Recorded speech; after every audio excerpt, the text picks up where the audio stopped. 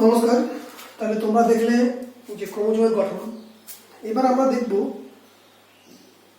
নিউক্লিয়াসের যে ক্রোমাটিন সূত্র, সেই ক্রোমাটিন সূত্রটাকে যদি আমরা রঞ্জকে রং দিই, ক্ষারীয় রঞ্জকে যদি আমি তাকে রঞ্জিত করি, তাহলে অর্থাৎ নিউক্লিয়াসটাকে, তাহলে নিউক্লিয়াসের পুরো অংশটা কিন্তু সমান রং দেখাবে না। কিন্তু কোনো কোনো পোর্শন দেখাবে হালকা রঙে রঞ্জিত হয়েছে, কোনো কোনো পোর্শন দেখাবে খুব গাঢ় বর্ণে রঞ্জিত হয়েছে। তাহলে এই যে কোনটা হালকা কোনটা গাঢ় বর্ণে রঞ্জিত হয়েছে, এর উপর ভিত্তি করে ক্রোমাটিনকে আবার দুটো ভাগ করা হচ্ছে। একটা হচ্ছে ইউক্রোমাটিন,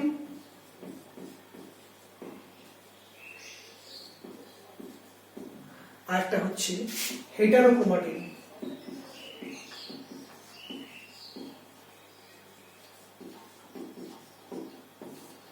তাহলে ইউক্রোমাটিন আর হেটারোক্রোমাটিন জিনিসটা কি? দুটোই কিন্তু ক্রোমাটিনের অংশ। তাহলে আমরা ইউক্রোমাটিন হেটারোক্রোমাটিন জানার আগে জানতে হবে যে ক্রোমাটিনটা কে। আমি আগেই বলেছি ক্রোমাটিন বা ক্রোমাটিন সূত্র বা নিউক্লিওজালিকা দুটো একই কিন্তু। নিউক্লিওজালিকা আর ক্রোমাটিন সূত্র দুটো একই কিন্তু। তাহলে আমরা দিয়েছিলাম যে নিউক্লিয়াসের মধ্যে যে নিউক্লিওপ্লাজমে যে ছড়ি ছিটে রয়েছে পুরো জালকবাদ অংশ, সেটাকে বলা হচ্ছে ক্রোমাটিন। তো ক্রোমাটিনটা কি আসলে? ক্রোমাটিনের যুগ তৈরি হচ্ছে ডিএনএ, অর্থাৎ ডিএনএ অর্থাৎ ডিঅক্সিরাইবোনিউক্লিক অ্যাসিড, যেটা যার পার্টিকুলার অংশটা হচ্ছে জিন, যেটা বলেছিলাম আমি। জিন ডিএনএর মধ্যে থাকে। ডিএনএর একটা অংশ হচ্ছে জিন, যেটা সব থেকে অ্যাক্টিভ অংশ ডিএনএ, যেটা তোর তৈরি করছে বিভিন্ন প্রোটিন। তাহলে ডিএনএ আর প্রোটিন, প্রোটিনের মধ্যে হিস্টোন প্রোটিন।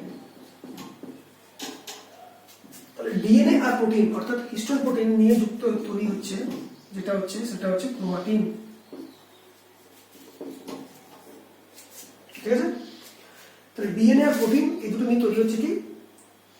প্রোটিন নিয়ে তৈরি হচ্ছে ক্রোমাটিন।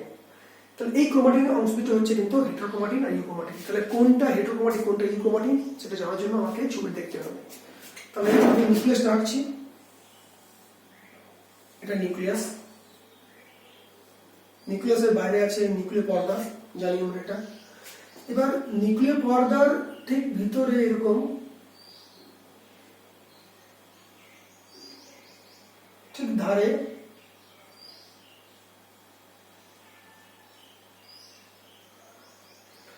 এরকম অংশ,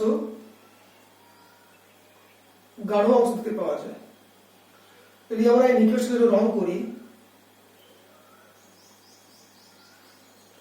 তাহলে আমরা কি দেখতে পাবো এখানে?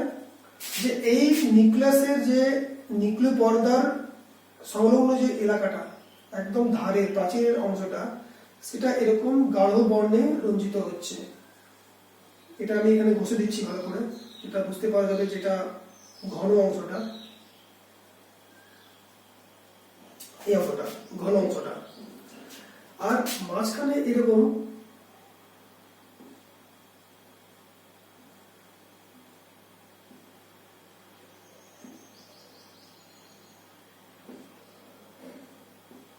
ঘন ঘন অংশ।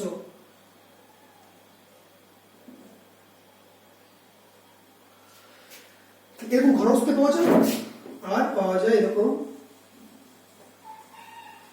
হালকা অংশ। ঠিক আছে?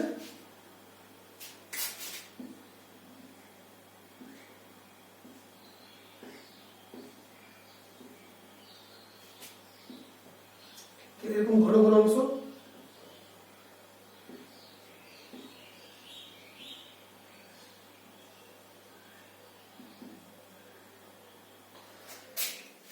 তাহলে দুটোই কিন্তু কিসের অংশ?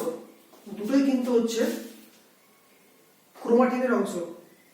তাহলে যদি আমি এটাকে রং করি, তাহলে দেখা যাবে যে এই সাইডের পোর্শনটা অর্থাৎ নিউক্লিয় পর্দার একদম ধারে, একদম প্রান্ত দেশের অংশটা, আর এই মাঝখানে যেগুলো গাঢ় গাঢ় বর্ণ ধারণ করেছে, সেগুলোকে বলা হচ্ছে, আমরা বলি এই হেটারোক্রোমাটিন। কি বলবো?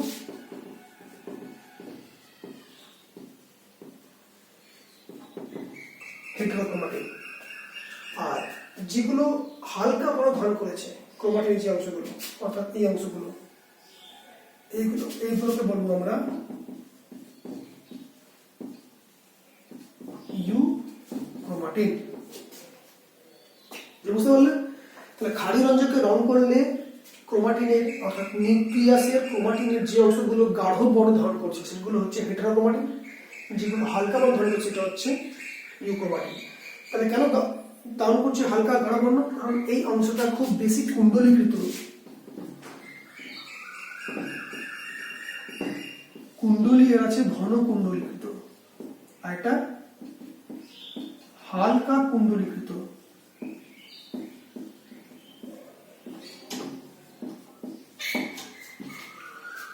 অর্থাৎ হাইলি প্যাকড, টাইটলি প্যাকড, অর্থাৎ কুণ্ডলী খুব ঘন রয়েছে তাই এটা গাঢ় বর্ণ ধারণ করেছে। আর এটা খুব লাইটলি প্যাকড, খুব হালকা ভাবে কুণ্ডলীকৃত তাই এটা হালকা বর্ণ ধারণ করেছে। তাহলে এই হেটারোক্রোমাটিন আর ইউক্রোমাটিন, তাহলে কোনটা হেটারোক্রোমাটিন কোনটা ইউক্রোমাটিন?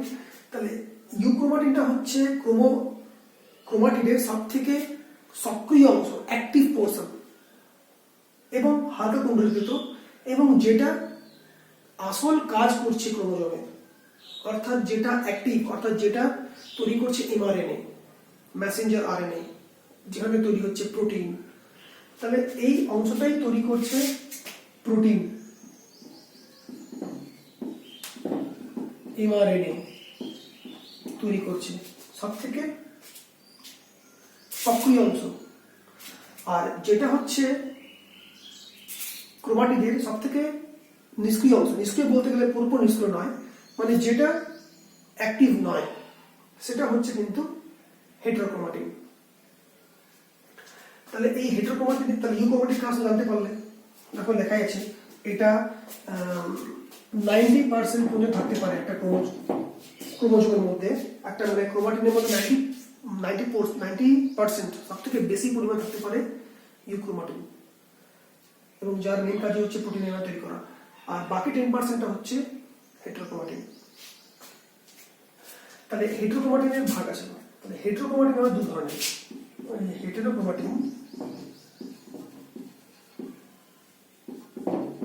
আবার দু ধরনের।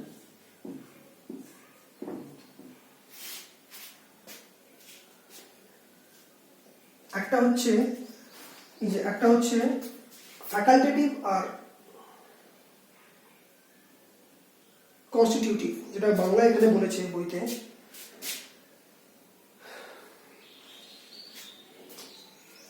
বাংলায় লেখা নেই, ওটা ইংরেজি পড়তে হবে। একটা হচ্ছে কনস্টিটিউটিভ, একটা হচ্ছে ফ্যাকাল্টেটিভ।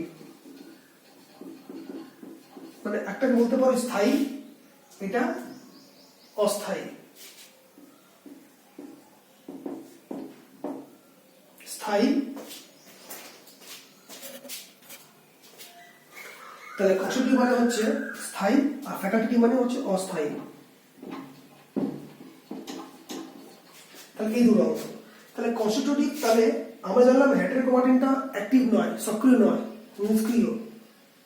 কোষ বিভাজনের আগে, মানে কোষ বিভাজন হওয়ার পূর্বে, যখন এটা কোষ বিভাজন ঘটছে না, অবিভাজন দশায়, সেই সময় কি তৈরি করছে এই কনস্টিটিউটিভ অর্থাৎ স্থায়ী হেটারোক্রোমাটিন তৈরি করছে ক্রোমোজোমের সব থেকে অ্যাক্টিভ অংশ, যেগুলো হচ্ছে সেন্ট্রোমিয়ার। সেন্ট্রোমিয়ার,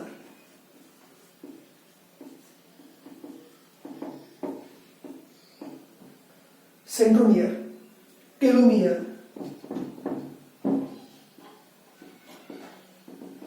ক্রোমোজোমের সেন্ট্রোমিয়ার, টেলোমিয়ার তৈরি করছে কিন্তু এই কনস্টিটিউটিভ বা স্থায়ী হেটারোক্রোমাটিনটা। আর যেটা ফ্যাকাল্টেটিভ বা অস্থায়ীটা, সেটা কিন্তু বলতে গেলে থাকতে পারে এটা নিষ্ক্রিয়, সাইলেন্ট। সাইলেন্ট বলা যেতে পারে এটাকে, ততটা বেশি সক্রিয় নয়। তাহলে এটা হচ্ছে আমাদের হেটারোক্রোমাটিন, ইউক্রোমাটিন। দেখো বইতেও যেটা লেখা আছে যে ইউক্রোমাটিনের মাত্রা ইউক্যারিওটিক জিনোমে সব তুলনায় বেশি, ইউক্রোমাটিনটা বেশি থাকে, বললাম 90% ইউক্রোমাটিন আছে। তারপর লেখা আছে জিনগতভাবে সক্রিয়, ঠিকই আছে। এর কাজ হচ্ছে প্রধানত প্রোটিন, আরএনএ তৈরি করা। এবং একটা বলা আছে যখন কোষ বিভাজন হয় তাহলে এই ইউক্রোমাটিন অংশটাতেই কিন্তু মিওসিস কোষ বিভাজনের সময় ক্রসিং ওভার ঘটছে, যেটা হেটারোক্রোমাটিনে কিন্তু ক্রসিং ওভার ঘটে না। ক্রসিং ওভারটা বলবো যখন কোষ বিভাজনটা পড়াবো। আর হেটারোক্রোমাটিন কি বলছে, ক্রোমাটিন জালিকাগুলোকে ক্ষারীয় রঞ্জকে রঞ্জিত করলে যে স্বল্প জিন সম্পন্ন, যেখানে জিন খুব কম রয়েছে, হেটারোক্রোমাটিনে কম জিন রয়েছে আর অধিক কুণ্ডলীকৃত, কুণ্ডলী খুব ঘন রয়েছে এবং গাঢ় রঞ্জক রঞ্জিত হয়েছে, সেটা হচ্ছে হেটারোক্রোমাটিন। এটা পরিমাণে কম। এটার মেন কাজ হচ্ছে জিনের কাজকে নিয়ন্ত্রণ করছে, অর্থাৎ মেন জিন কাজটা মেন করছে ডিএনএ ইউক্রোমাটিনটা, জিনকে সাহায্য করছে, কাজকে নিয়ন্ত্রণ করছে এবং ক্রোমোজোমের অখণ্ডতা বজায় রাখছে, সেটা হচ্ছে এই হেটারোক্রোমাটিন। আর হেটারোক্রোমাটিন অংশে মিওসিস কোষ বিভাজন ঘটে না, মিওসিস কোষ বিভাজনের ক্রসিং ওভারটা ঘটছে না, তাহলে এটা হচ্ছে হেটারোক্রোমাটিন। একই জিনিসটা কোথাও জানতে পারলে হেটারোক্রোমাটিন ইউক্রোমাটিন কি, এটা পড়িয়ে কিন্তু খুব আসে। তাহলে যেটা ঘন অংশ সেটা হচ্ছে হেটারোক্রোমাটিন, কিন্তু কাজের বেলায় নিষ্ক্রিয়, ততটা সক্রিয় নয়। কিন্তু ইউক্রোমাটিনটা হচ্ছে হালকা রঞ্জিত হচ্ছে, পরিমাণে বেশি ক্রোমাটিন সূত্রে, কিন্তু সব থেকে অ্যাক্টিভ অংশ, অর্থাৎ ক্রোমোজোমের সব থেকে বিভিন্ন অংশ, অর্থাৎ সেন্ট্রোমিয়ার, টেলোমিয়ার, এই অংশগুলো কিন্তু তৈরি করছে। আর এই টেলোমিয়ার অংশটাই আমি বলেছি যে রেপ্লিকেশন ঘটাচ্ছে, অর্থাৎ ডিএনএ এর প্রতিলিপি গঠন ঘটাচ্ছে। তাহলে এইটা হচ্ছে আমাদের হেটারোক্রোমাটিন আর ইউক্রোমাটিন। তাহলে এটা তোমরা আশা করি বুঝতে পেরেছো।